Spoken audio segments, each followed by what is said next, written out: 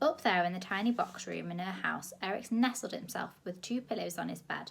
He dreamt that they were his mum and dad. The pillows were cold and damp, but still he shut his eyes. Maybe, just maybe, if he concentrated hard enough, he'd find himself back in a perfect family muddle. His daydream ended as the door swung open. "I brought you some bread and dripping," announced Grandma. Eric hadn't been expecting her, and hastily sat up on the bed, pushing the pillows to one side. He felt silly that the old lady might see him like this. "Oh, thank you, Grandma," he chirped. He liked bread and dripping. Dripping's the fat from cooked meat, and it was tasty if you spread it on bread. He wolfed it down as the old lady perched next to him. "I'm sorry I snapped at you, Eric," she said. "This war is hard. I lost a son, you lost a father, and of course you lost your mother too. I just couldn't bear it if any harm happened to you." "I understand, Grandma," he spluttered. His mouth was full of food. As Eric spoke, he sprayed breadcrumbs all over the floor. This made them both chuckle. Chuckling was not something that they did very much together. "You can have those crumbs in the morning for your breakfast," said the old lady. Eric wasn't sure if she was joking or not. "Now, as soon as you finish your tea, I want you to go straight to sleep. We barely got a wink last night down in the underground." The boy yawned. Grandma was right. "And you need to be bright and breezy for school in the morning." Eric nodded weakly. Bright and breezy was never something he felt at school. "Good night, Grandma." "Porridge?" "No, I said good night." "No need to shout, dear." "Good night, Grandma." "Good night, boy." The old lady wasn't one for hugs and kisses, so she tapped the boy on the head as you might pet instead. Tap, tap. With that, she stood up, left the room, closing the door behind her. Eric walked over to the grimy little window and looked up at the sky. It was dark and quiet right now, eerily so. Would the Nazi bombers return tonight? There'd been night after night of raids on London, so much so it even had a new name. The newspapers called it the Blitz, after the German word for lightning. Adolf Hitler's plan was to force Britain to surrender to the Nazis. As Eric gazed across the frosty rooftops of London, his thoughts turned to Gertrude. The Nazi bombers were sure to strike again this evening. The guerrilla had been left deeply distressed by last night's bombing raid. In his heart, Eric felt a deep longing to be with her. If he was by her side tonight, he was sure he could make things all right. So the boy took a deep breath, summoned all his courage, then he slid open the window.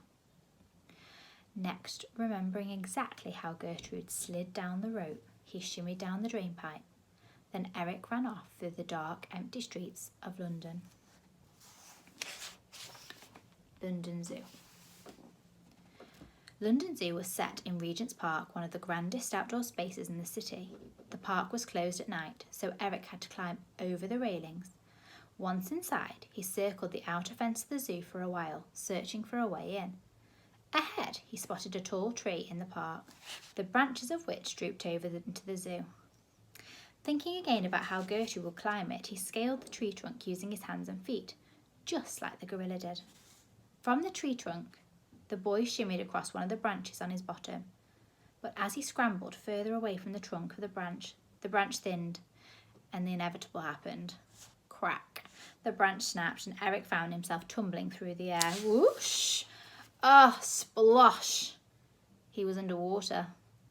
Not just that, he could sense dozens of creatures swishing around him. Had he fallen into a pool of piranhas? Was he going to be gobbled alive?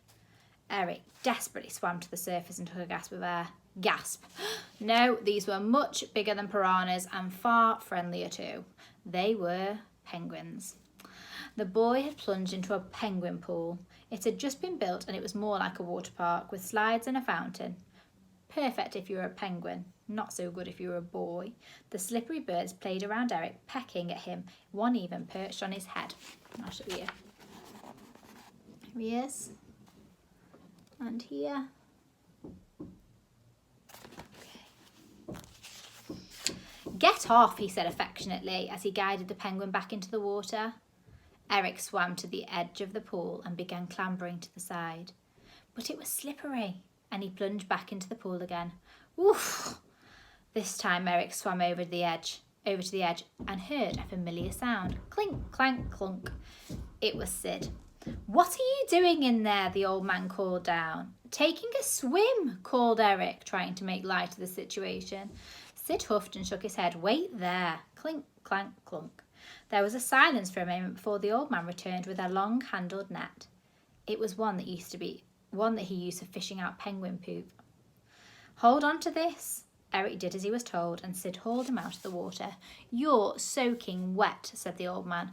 Well, that normally happens when you go for a swim, replied Eric. What are you doing here at the zoo so late? It's after closing time. I was worried about Gertrude. She looked so frightened today. She was, but you should be tucked up in bed by now, young man. So should you, said Eric. This stopped the old man in his tracks. I know, but I was sure there was going to be another bombing raid. We've had them night after night for weeks. I wanted to be here for all the animals. Me too, exclaimed the boy. Sid looked up at the sky. It's quiet up there. The clouds all right. You should go home. As if on cue, the air raid siren wailed. Woo! I spoke too soon, hissed the old man. Come with me. Sid grabbed Eric by the hand and led him through the zoo. Click, clack, clonk. The zoo might have been in darkness because of the nightly blackouts, but it was noisier than ever. The air raid warning had woke up all the animals. Roar, hoot, hiss, whoop, yelp, honk. Are we the only ones here? Asked Eric as he held onto his great uncle's hand tightly. No, there'll be a night watchman Batter, or Corporal Batter, as he demands to be known. We'll have to keep an eye out for him. He's the only one who's meant to be in the zoo after dark. Eric could hear a distant humming. Next, a rumbling. Finally, there was a loud drone as the Nazi planes came right over their heads, flying in neat formation as they powered through the night sky. When the first bomb whistled through the air, whoosh, and the next, whoosh, and the next, whoosh. Then the explosions began. Kaboom! Boom! Boom! Lightning was striking all over London. Searchlights scoured the sky before big guns fired at the Nazi planes from the ground. Fire engine bells rang. Ding! Ding! Ding! Eric could just make out the sounds of people screaming and shouting. Ah! Help! Run! The boy's heart raced. The noise, the lights, the debris. Kaboom! Another boom exploded, even nearer than the last. Kaboom! And another. Kaboom! Another. The elephants raised their trunks and hooted. The camels reared up on their back legs and moaned. The lions leaped up from the rock and roared. Kaboom! You see?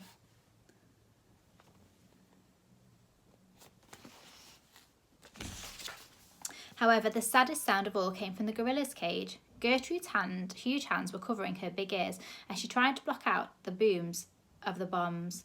At every explosion, she let out a shriek and rocked from side to side. Eric broke away from the old man and hurled himself at the cage. Kaboom! Gertrude, cried the boy, but the gorilla wouldn't even open her eyes. Gertrude! Kaboom! Raisins, shouted Eric. You what? Spluttered Sid. It was clear that of all things he was expecting the boy to shout at this point, raisins probably was long down on the list. Raisins, they're her favourite, after bananas of course, but you can't get bananas these days. A handful of raisins just might calm her down. You're right, agreed Sid. Clever boy, we'll make a zookeeper of you yet. The boy beamed. Maybe one day, but where am I going to get raisins from at this time of night? Kaboom! The snack bar might have some, but I don't have any money. You don't need money, it's closed. Well, if it's closed, how am I going to get in? You'll have to break in. Eric gulped. He'd never broken anywhere before. He was rather hoping to get through his whole life without doing so. Climb through the window, shouted Sid over the noise. Grab some raisins and run. Kaboom! Okay, we will stop there. The next chapter is called Frozen in Fear. We'll find out if Sid managed to calm Gertrude down during those horrible bombs. Take care, you four. Bye.